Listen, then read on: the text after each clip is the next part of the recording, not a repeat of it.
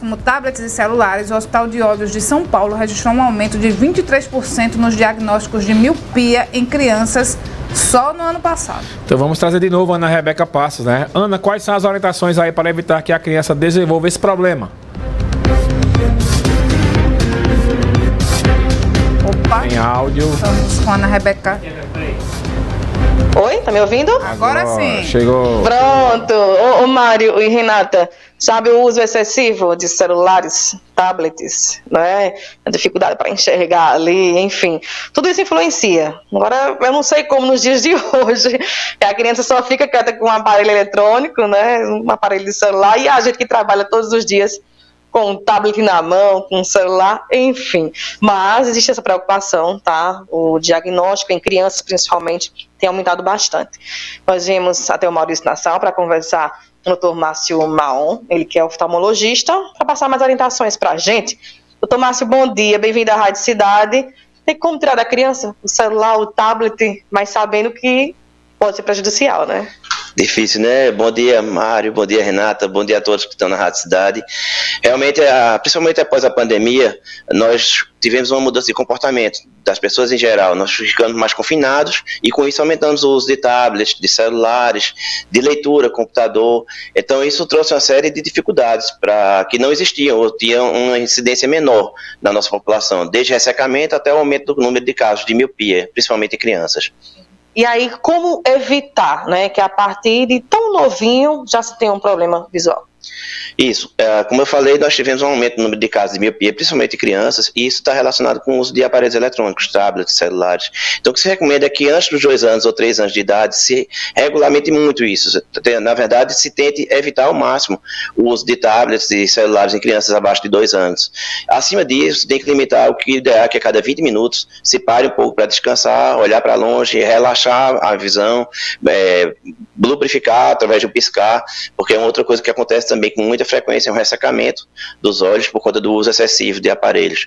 Então se recomenda que a cada 20 ou 30 minutos se pare um pouco, a cada 2 ou 3 minutos, e façam outra atividade que relaxe um pouco a visão. Mas além disso, procurar um oftalmologista para uma consulta, não é, anual, por exemplo, aquela criança, você já percebeu algum sintoma, já levar para o oftalmologista ou não?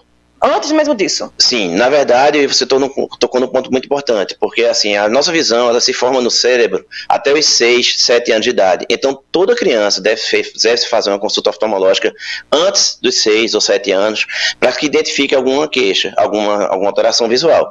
Mas se você tiver uma queixa antes, se a criança aproxima muito dos objetos para enxergar, ou vai assistir TV e se aproxima demais da TV, aproxima muito o tablet ou o celular, isso é um indicativo que pode ter alguma alteração. Então é importante que se procure um oftalmologista para fazer o diagnóstico. A gente fala muito em criança, não é? Mas tem adulto que tem maus hábitos a vida inteira, não é?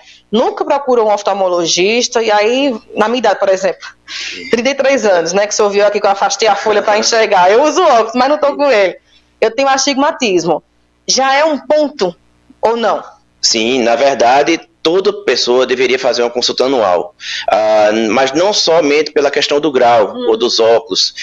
Mesmo quem não usa óculos ou quem não tem dificuldade deveria procurar um oftalmologista, porque nós temos algumas doenças ditas silenciosas.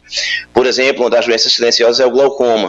O glaucoma é uma doença que tem controle, mas que ela é silenciosa porque ela vai perdendo a visão da periferia para o centro. E a pessoa não tem absolutamente sintoma nenhum, nem tem a ver com grau. Ela pode não ter grau nenhum e ter glaucoma. Daí a importância de todo mundo, independente de usar óculos ou não, acho que pessoas que usam grau, a gente vê se o grau está mudando, se não está mudando, mas todas as pessoas deveriam fazer uma consulta com um oftalmologista pelo menos uma vez por ano. Tem algum sintoma? Eu sei que só o enxergar muito, né, muito longe, ou aproximar e tudo, mas tem alguma dor, você sente alguma diferença no olho? No glaucoma não. No glaucoma ele vai perdendo pela periferia e o paciente não sente absolutamente nada. No glaucoma crônico simples, né? Existem vários tipos de glaucoma, mas no glaucoma mais comum, que é o crônico simples, o paciente vai perdendo a visão da periferia para o centro. Então a gente vai dizendo que vai comendo pelas beiradas. Ele não vai notando? Ele não nota absolutamente nada. Então se ele não procura o oftalmologista, ele não consegue descobrir cedo. Daí que é tão importante se fazer uma consulta anual. Nessa consulta anual, logicamente, nós vemos se tem algum grau, se o paciente necessita usar óculos ou não, mas também vemos essas outras coisas. Por isso que é importante o paciente que enxerga bem ou que está bem com seu óculos, procurar o oftalmologista, porque o que nós vemos habitualmente é que só procuram quando tem alguma queixa, e não é para esperar queixa, é para procurar uma vez por ano, independente de ter queixa ou não. Tipo dor de cabeça, né? São sintomas que frequentemente aparecem: dor de cabeça, cansaço, os olhos vermelhos, coçando. Então são sintomas que são de alerta para que procure mais cedo um oftalmologista. Mas independente desses sintomas, deve-se fazer uma consulta ao ano. Se surgir algum sintoma que a pessoa acha que necessita procurar, então ela deve procurar com mais brevidade. Olho vermelho, dor de cabeça ao usar a visão, principalmente de perto, desconforto visual, dificuldade de ver algumas placas ao dirigir, ou de enxergar de perto, afastando com o braço, como a gente fica, de doença do braço curto, que é característico a partir dos 40 anos em média. Todos esses são sintomas que devem nos fazer procurar mais cedo. Mas independente desses sintomas, o alerta que eu queria deixar é que é importantíssimo uma consulta anual.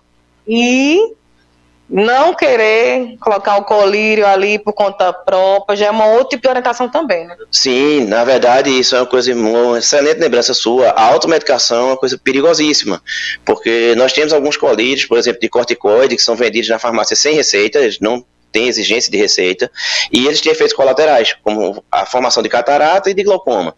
Nós temos pacientes aqui operados de catarata com 23 anos, que não deveriam, porque desenvolveram catarata, porque usaram um colírio de corticoide, que é um colírio que deixa o olho branquinho, mas ele tem esses efeitos colaterais, e que é vendido sem receita. Então é importante as pessoas não se automedicarem, tá certo? Não é porque fulano usou esse colírio, ciclano usou um colírio que é bom. Então é ideal não se automedicar. Usar somente soro fisiológico, e qualquer sintoma ou sinal de alerta, procurar o oftalmologista. Para a gente encerrar, doutor Márcio, eu recebi aqui a informação, né, justamente está na minha pauta, que é da Academia Americana de Oftalmologia, e me chamou a atenção. Diz que até os 5 anos, por exemplo, o número de crianças que sofrem de miopia é de cerca de 1%. Aos 10 anos, a porcentagem sobe para 8%. E aos 15 anos de idade, a chegar aos 15%. Preocupa vocês?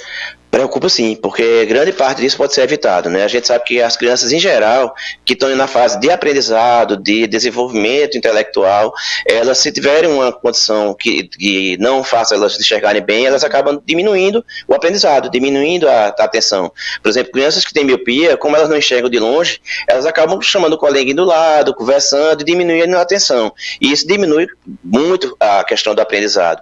Então é importante que as crianças sejam oftalmologista. A gente sabe que cerca de 30% das crianças têm alguma metropia, não só miopia, mas hipermetropia, astigmatismo, e isso pode ter crianças que têm, por exemplo, grau num olho só, e no outro olho não tem grau. Se você for esperar ela ter queixa, ela nunca vai ter queixa, porque ela enxerga por um olho, e aí você pode deixar de desenvolver aquela visão. Então, algumas crianças têm que usar tampão, por exemplo, para estimular o outro olho, daí que é importantíssimo levar as crianças para o oftalmologista, sem deixar passar batido de um ano para o outro. Muito bem. Doutor Márcio Maon, oftalmologista na cidade de Caruaru, obrigada pelas informações. E aí fica o alerta, né, Renata, para os pais, né, que têm filhos pequenininhos, atenção ao uso excessivo de celulares, tablets, como o médico aqui passou para a gente, e perceber um comportamento diferenciado, que a criança às vezes não fala, mas expressa muito pelas ações, não é? Mais afastada, não quer interagir com o amiguinho, né? Pode já estar com um início ali de depressão, porque não está enxergando bem, simplesmente porque não está enxergando bem. Então tem que ficar atento a isso. Renata. Obrigada, Ana. Obrigada, doutor Márcio também. 9h